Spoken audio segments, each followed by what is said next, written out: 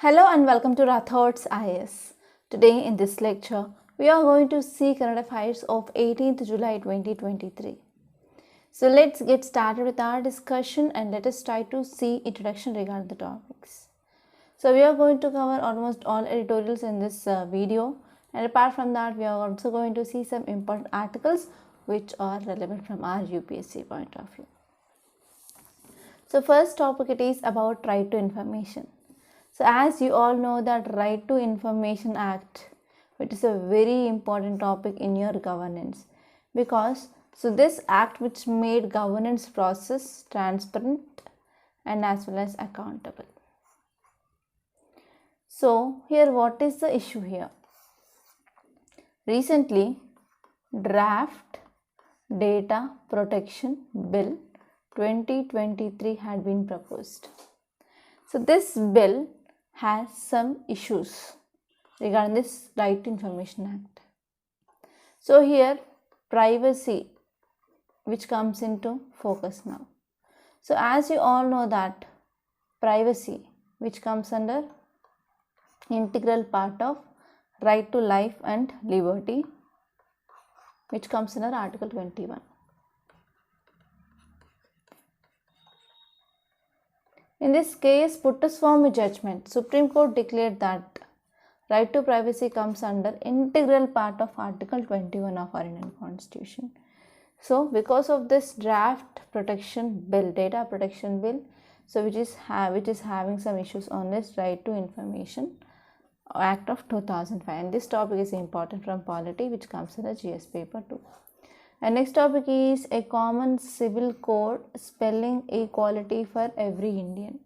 So here this article which is talking about UCC, that is Uniform Civil Code. So here you have to understand what are the constitutional provisions regarding Uniform Civil Code. So what exactly this Uniform Civil Code means. So what are the advantages?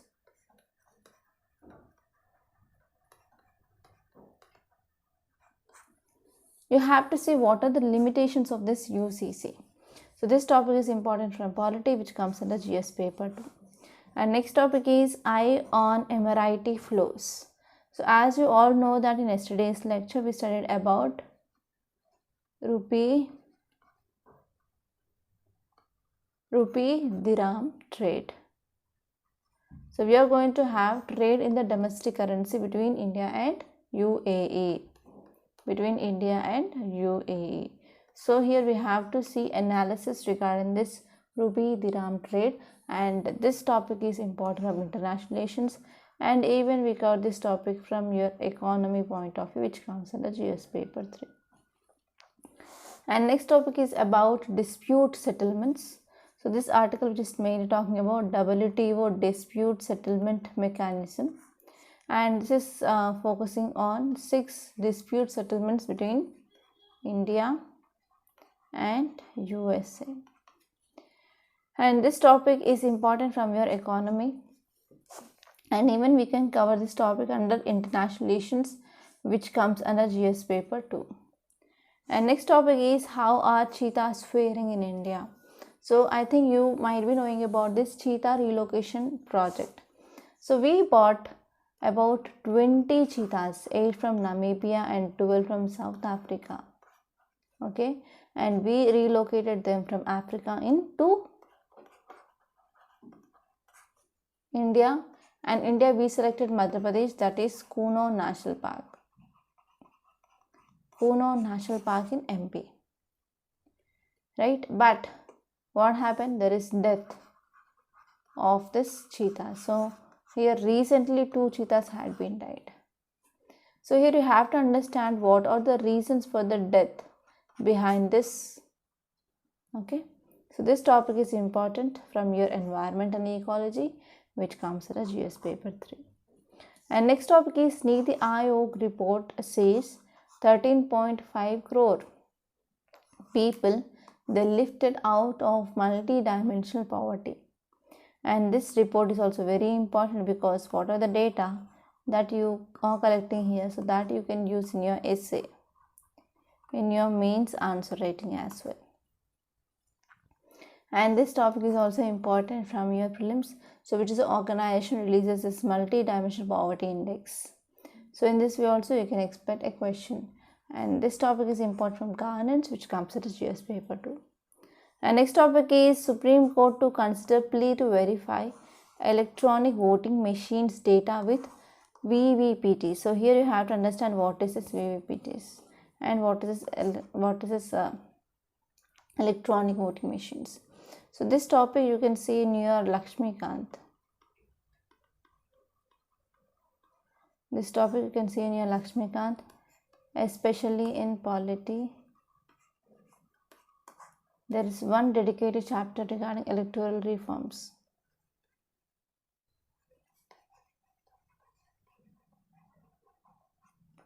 There you can get about this topic. So now let us try to see the first topic. It is about right to information. So how this recent draft digital personal data protection bill, which is affecting this right to information.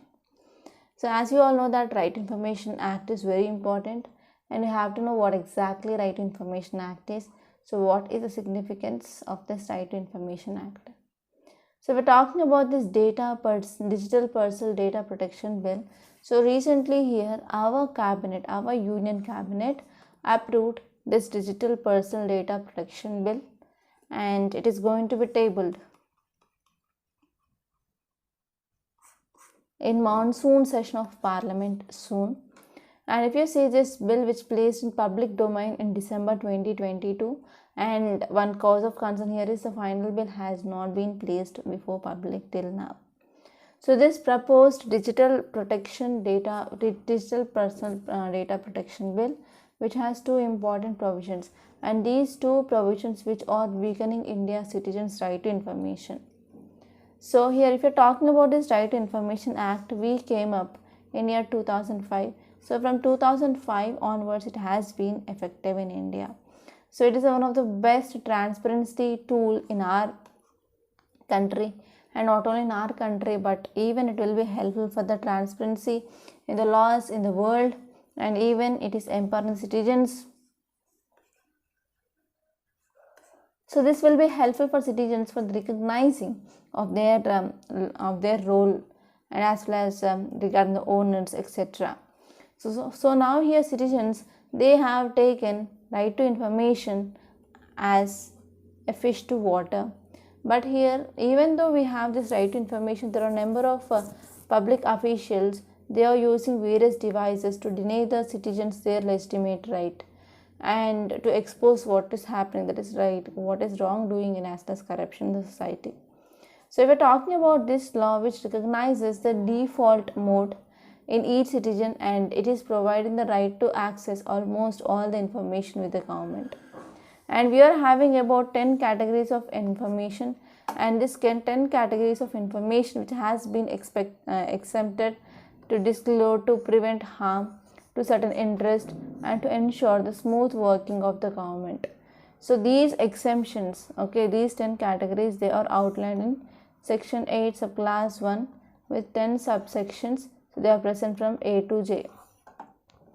So actually in this way we can say this draft personal data protection bill, which is going to misuse because we are having some exemptions.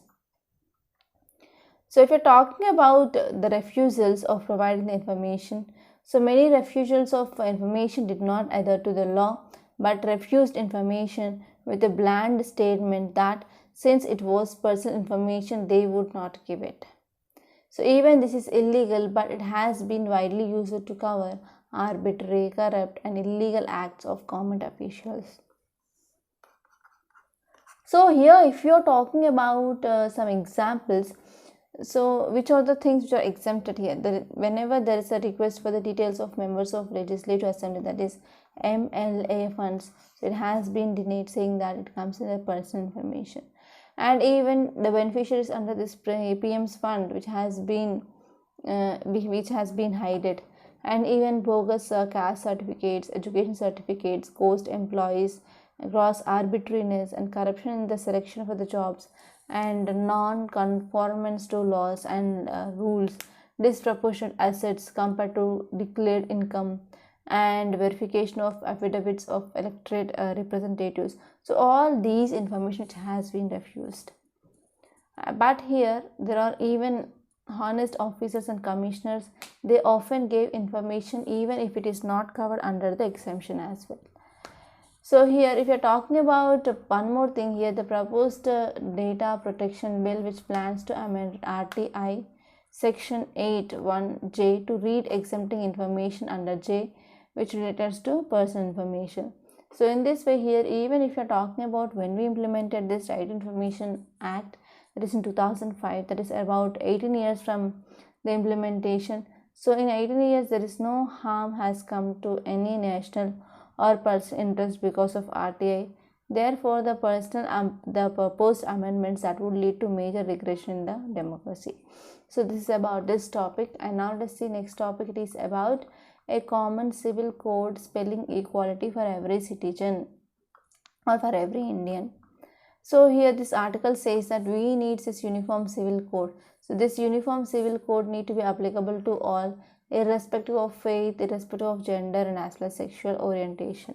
So here you have to focus on universal civil code. So here 22nd Law Commission.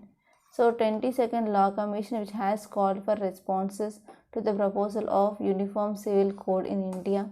So this Uniform Civil Code is mentioned in Article 44 of Indian Constitution, and this Article 44 which comes under Directive Principles of State Policy. And this Directive Principles of State Policy, they are not legally enforceable. So it will act as just a guide. It will act as just a guide.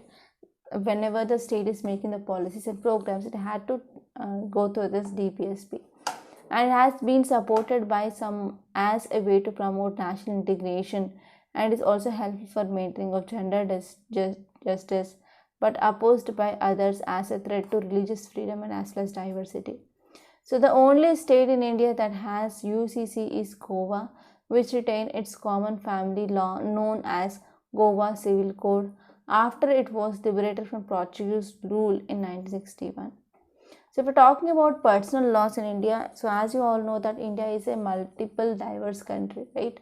So it is a diverse country and we are having different caste people who are living together. So we have different religions as well. So we have Muslims, we have Hindus, Jains, Parsis, Buddhists, Sikhs, Christians, Jews, etc.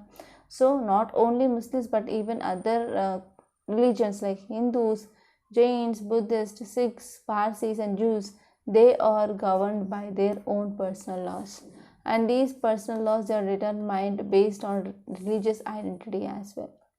So here the reformed Hindu personal law still incorporates certain traditional practices, the first and the foremost thing, and even there are some differences arise between this Hindus and as well as Muslim marry under the Special Marriage Act, and even Hindus, they continue to be governed by Hindu personal law, but Muslims they do not. So talking about what are the challenges in implementing this UCC, yes, we are having a lot of challenges. So first one is we are having diverse personal laws and customary practices. So India is a country of diverse religions, cultures and traditions, and each community has its own set of personal laws and customs, and these laws and practices, they vary widely across the regions. So if you are comparing with the laws in one region and if you are going to another region, there is a lot of diversity that is seen, okay, when we are moving from one sect to another sect, one group of people to the another group of people. And next, if you are talking about one more important challenge, so we can see there will be resistance from religious and as well as minority groups. So many religious and minority groups, they review this UCC as an infringement on other religious freedom and as well as culture autonomy, and even they will have a fear that UCC would also impact or will also impose a majoritarian or homogeneous law that could disregard their identity as well as diversity. And even they also argue that UCC would be violate their constitutional rights as well. Okay, there is Article 25 of our Indian Constitution. And there is also lack of political will and as well as consensus. So from the politics side, from the political party side, here there will be no interest, or there will be lack of will, and even they will become with consensus among the government and legislature, the judiciary and civil society, which initiate and as well as they will implement this UCC. So here the one more important challenge here is practical difficulties and as well as complexities.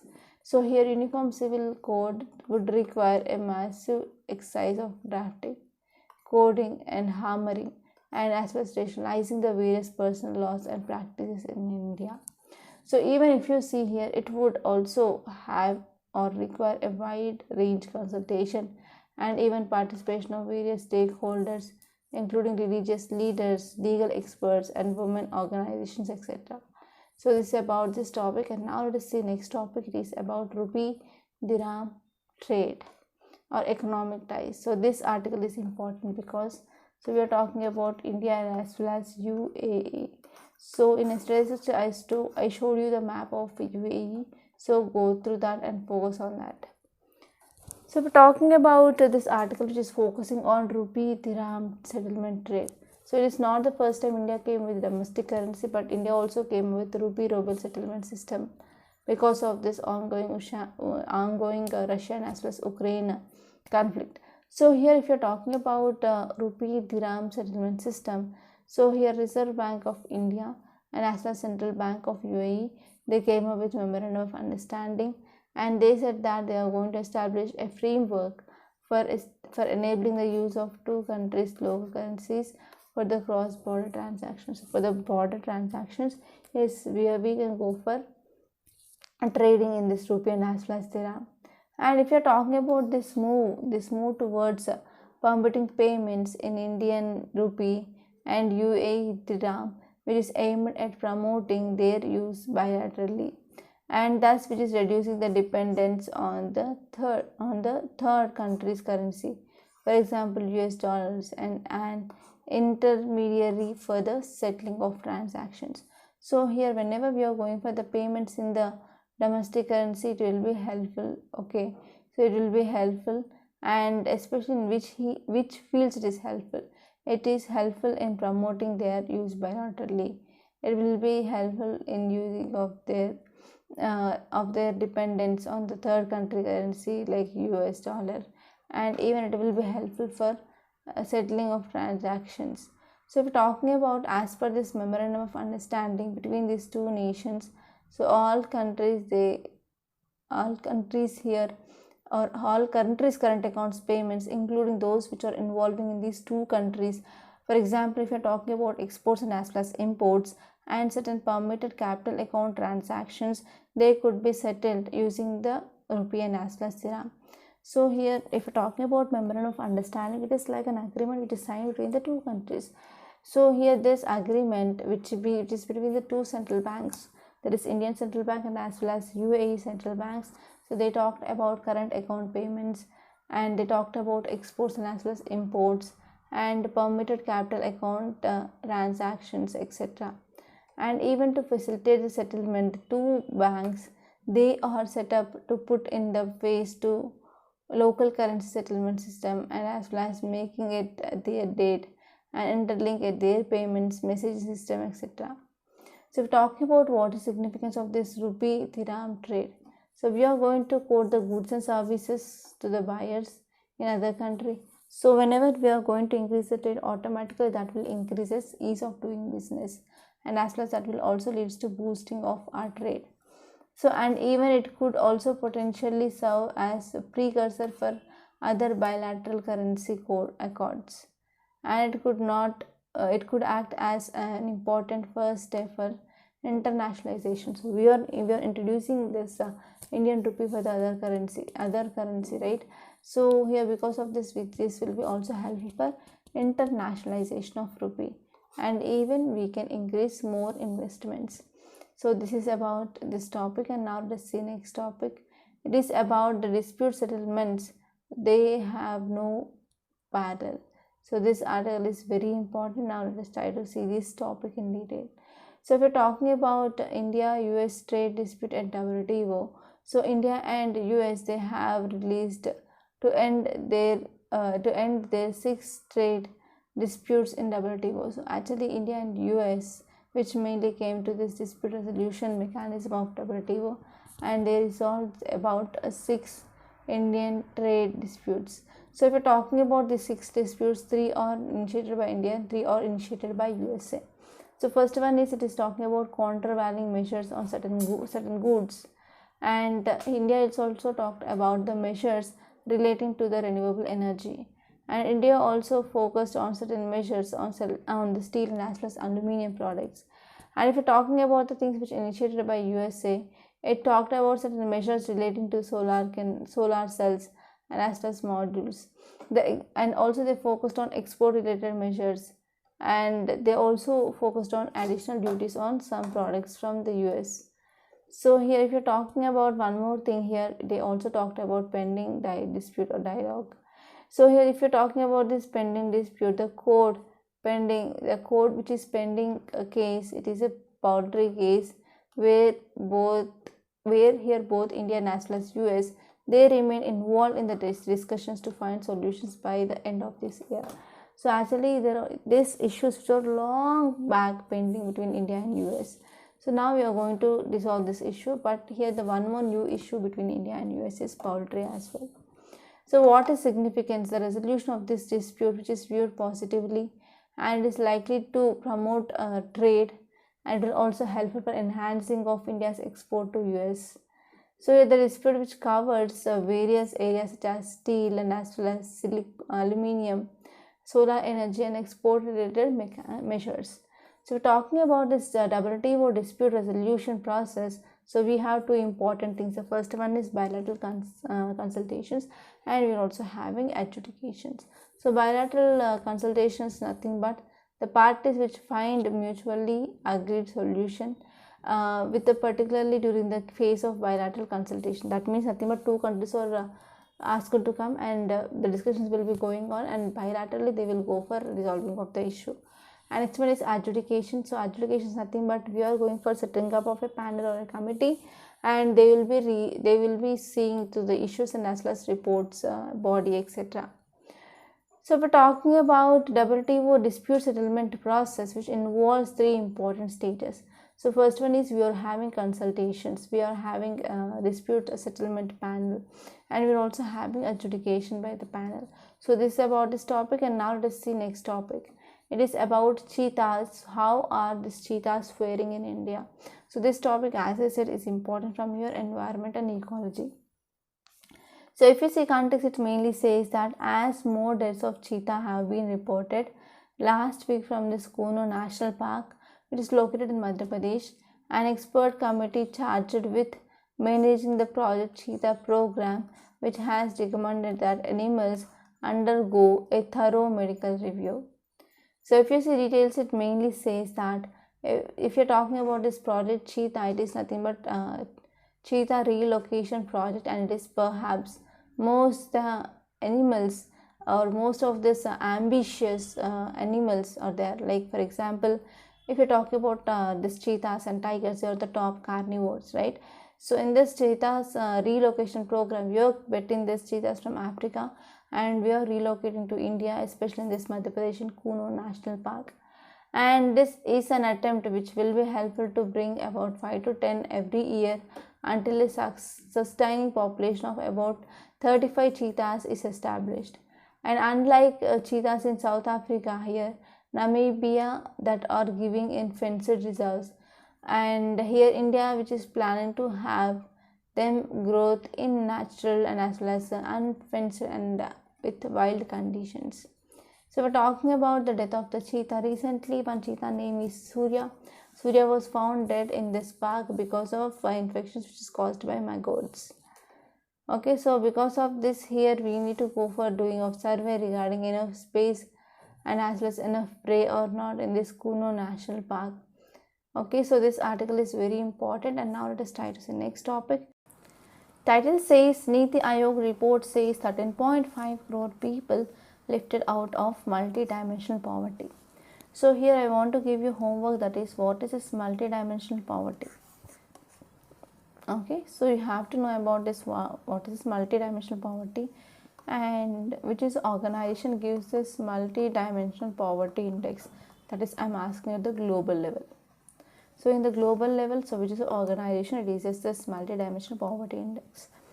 So now let us try to see the context. So as the context says that India has registered a significant decline, there is decreasing of poverty. Okay, so this article which said about the percentage of poverty which had been decreased, that is about 9.89 percentage points of this poverty which has been decreased, that too multi-dimensional poverty. So if you are comparing with 2015 to 16 to 2019 to 21, so there is a decreased. Earlier in 2015 to 2016, so multidimensional poverty is 24.85%, but in this 2019 to 21 it decreased to 14.96, that is around 15%. So this is the thing which mainly said by National Multidimensional Poverty Index Progress Review, and this report released by Niti Aayog. But in the homework I gave you about Global Multidimensional Poverty Index. So if you see the details, it says that the study says nearly about 13.5 crore people, they have been came out of this multidimensional poverty during this period, and this is assessed by identifying acute deprivations in some sectors. So which are those sectors?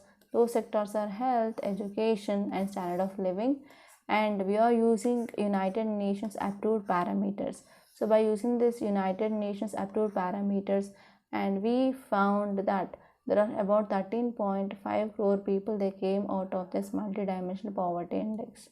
And this report which also said that rural areas witnessed fastest decline in poverty. So there is fastest decline in poverty, that is from 32.59% to 19.28%. So why there is decreased? Okay, so it is mainly because of decrease in the number of multidimensionally poor in some states. So especially those states or BMARU states normally, that is Bihar, UP, Madhya Pradesh, Odisha and Rajasthan.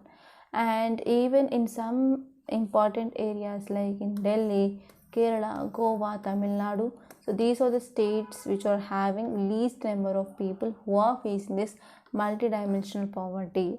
Okay, and if you see here, large number of multidimensional poor people who are living in which states, that is in Bihar, Jharkhand, Meghalaya, UP, Madhya Pradesh. So in these areas, so there is a percentage of people who are multidimensionally poor, they are very high. And this multidimensional poverty in urban areas during the same period which also decreased from 8% to 5%. You can remember this data.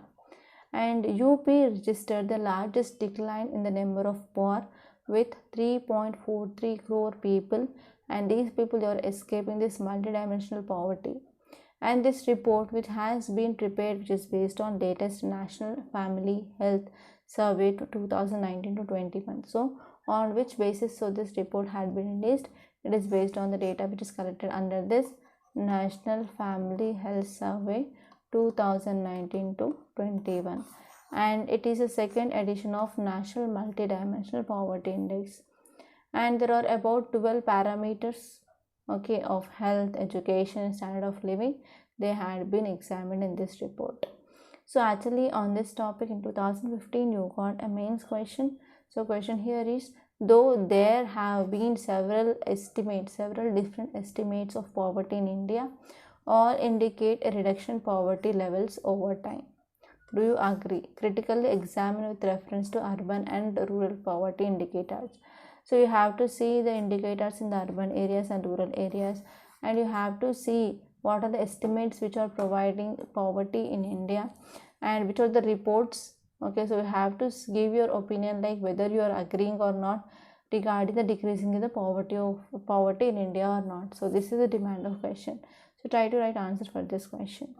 And next topic, it is about Supreme Court to consider plea to verify electronic voting machines data, and this data which we are connecting with, okay, VVPATs. Okay, so what is this VVPAT? It is voter verifiable paper audit trail. Okay, so that is nothing but voter verifiable paper audit trail. So this electoral reforms topic, it is there in your Lakshmikant. So if you have not aware regarding this electoral reforms, you have to open your Lakshmikant and you have to see this topic for sure. So if you see context, it says that Supreme Court asked petitioner NGO, that is Association for Democratic Reforms. So if you're talking about elections and electoral reforms, or election regarding funding and as well as criminalization of politics, so we will be having a report, and this report will be released by this NGO, that is ADR, that is Association for Democratic Reforms. So ADR to serve Election Commission of India with a copy of its petition, which is seeking the direction to cross-verify vote count in EVMs with the vote separately recorded as cast in the voter verifiable paper audit trail. So here ADR, which filed a petition, and in this petition it says that, so here Election Commission of India need to verify the votes which are recorded in this electronic voting machines with VVPAT, that is voter verifiable paper audit trail. So here you have to know about what is this VVPAT. So if you have voting right, or if you have cast your vote at least once, you might be knowing about this VVPATs. So we will be having electronic voting machines on which you will be having symbols and the name of the person, and after pressing that, beside that you will be having one box where after pressing the button in this EVM, you can see a small paper with the symbol of that political party that will be coming and falling into the box, and this will be displayed just for 7 seconds, and it is like nothing but you have to verify whether your vote which is casted to the person you want to vote or not. Okay, so sometimes what happens, so this VVPATs can be used as a verifiable thing, like, so what are the votes cast in this EVM, they are matching with this VVPATs or not. So in this way we can also use them as a verifiable thing. So if you see details, it says that the present petition said that Apex Court had directed in the reported judgment of 2013 in Subramaniam Swamy versus Election Commission of India case that election process should have fullest transparency in the system to restore the confidence of voters. So we are following democracy, right, in India. So here in this democracy we have to ensure free and fair elections. So even in this elections, transparency and as well as accountability is very important. So transparency is very important because we have to improve the confidence of voters. So in this context, you have to know some facts regarding this VVPATs. So VVPATs, it is an independent verification printer machine. So it is independent verification printer machine, and this machine which attached to electronic voting machines, and this machine which allows voters to verify that votes that have been recorded accurately or not. So as soon as whenever you are pressing the button in this EVM, so beside that you will be having one VVPAT machine. So it will print a slip, and in this white slip you will be seeing the name and the symbol of the political party that you have voted, and this will be displayed for just 7 seconds, and this will be cut off and it will be falling in the box. So VVPAT machines, they were first introduced in India in 2014 elections and were introduced to increase transparency and as well as accountability, and to resolve these election doubts regarding accuracy of EVMs. And VVPAT machines, they can be accessed by the polling officers only. And according to Election Commission of India, EVMs and VVPATs are separate entities and they are not connected to any network, and even we can't even hack those machines. And here Election Commission of India, which says that these EVMs are like just calculators, they will be counting the votes.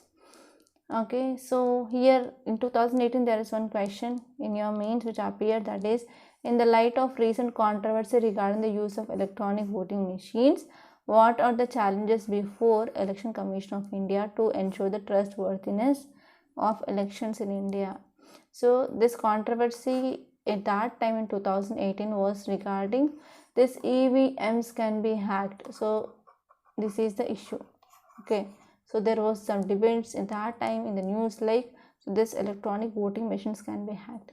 But ECI said that they are like just calculators. They can just count the number of votes, that's it. So they are not connected with any network. And here you have to see what are the challenges before Election Commission of India to ensure trustworthiness in the elections of India. So try to write at least 5 to 6 challenges, okay, and try to write answers from now itself, so that it will be helpful for improving your answer writing skills. So here we in Rathod Science, we came up with this daily means answer writing practice course, and in this course we are providing you the detailed schedule for the next 1 year, like what are the topics you have to read, even with the micro listing of topics. So based on the schedule, we are going to give you the daily one question, and you have to write answer and you have to send to us, so that there will be evaluation as well. And we provide a model answer for your question, for the given question. And apart from that, you will be having doubt clearing sessions and live classes and one-to-one mentorship. So there will be also the practice on essay and as well as case study. So try to join this course, and it will be very, very useful. And even this course is affordable. And if you want to talk to me directly, you can call me on this number 8074765513. And if you want to get the PDF of this class, you can join the Telegram channel, and that channel link is given in the description box. And now let's try to see today's Hindu newspaper PDF. So this is our today's Hindu newspaper PDF. Date is July 18 and today is Tuesday. So first topic, it is about Delhi dispute. Supreme Court may send case to Constitution bench. So here this article which is talking about the issue between the Delhi government and as well as center. So it is regarding the ordinance. Ordinance has amended the constitution through the ordinance route. So what is ordinance? So in our constitution, article 123 and as well as 213, which talks about ordinance making power. So article 123 talks about ordinance making power of president, and article 213 talks about ordinance making power of governor. So the Delhi government's power over state public services under entry 41 in the state list has been taken away by this ordinance, and the permanent National Capital Civil Service Authority renders the chief minister a minority voice in the governance of Delhi. That means this had been decreased the power of state government. So this is a thing from the Delhi government side.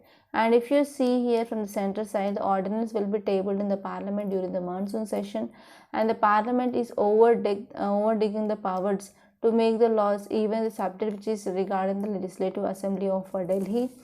And post the May 11th, here Supreme Court verdict, the chief minister and his ministers, they went on rampage, which started witch hunt against officer necessitating the ordinance. So here you have to see what is the law, and we are going to get editorial soon. So there we are going to discuss that. And apart from that, now your work is you have to see the ordinance. And next topic is Russia halts Ukraine grain deal to push its exports. So here you have to see what is grain deal, and I discussed about this multidimensional poverty topic. And if you move on, here you can see cloud burst in Himachal's Kulu claims one life. So you have to see what is this cloud burst. A number of times we had discussed the topic. And if you move on, here you can see injured tigress dies in MP's Bandhavgarh Tiger Reserve. So you have to see where is this Bandhavgarh Tiger Reserve is located, that is in Madhya Pradesh. And if you move on, in the editorial page you can see this topic regarding the UCC Uniform Civil Code, and here you can see article regarding India-UAE trade, that is regarding Rupee-Dirham trade payment system. Okay, and next one is the bill that fences right to information. So I discussed this topic, and I discussed this topic regarding dispute settlements in WTO regarding US. And here in the data point you can see the risk of small states, they are heavily reliant on union government. So here you have to see about the devolution of funds from the center to the states. And the text in context, I discussed this topic regarding cheetahs, why they are fairing. And if you move forward in the news page, you can see US hands over 105 antiquities to India following agreement. And here you have to see what is antiquities. And next one is new drone policy with some restrictions soon. And next topic is right to life not curtailed, and I discussed about this EVMs and VVPATs. And this topic is about Rupee-Dirham deal. And this one is DRDO propulsion system in focus as India expects 3 more Scorpions. So this topic is important from science and technology. And in the world page, you can see Russia exists. United Nations brokered deal to export Ukrainian grain via Black Sea. So here you have to see what is Black Sea and the countries which are bordering this Black Sea. And next topic is heat wave in Europe. So because of this, there are a number of warnings which are given to citizens to stay inside and to drink more water and to limit the exercise. And in the business page, you can see India-US working to make investment easier for the energy transition. So this topic is also very important. And these are some important articles that appear in our today's Hindu newspaper. So by this, I'm concluding. Thank you so much. And if you're visiting Rathod's IAS for the first time, so please do subscribe and don't forget to like the video and as well as share this video with your friends as well. So by this, I'm concluding. Thank you so much.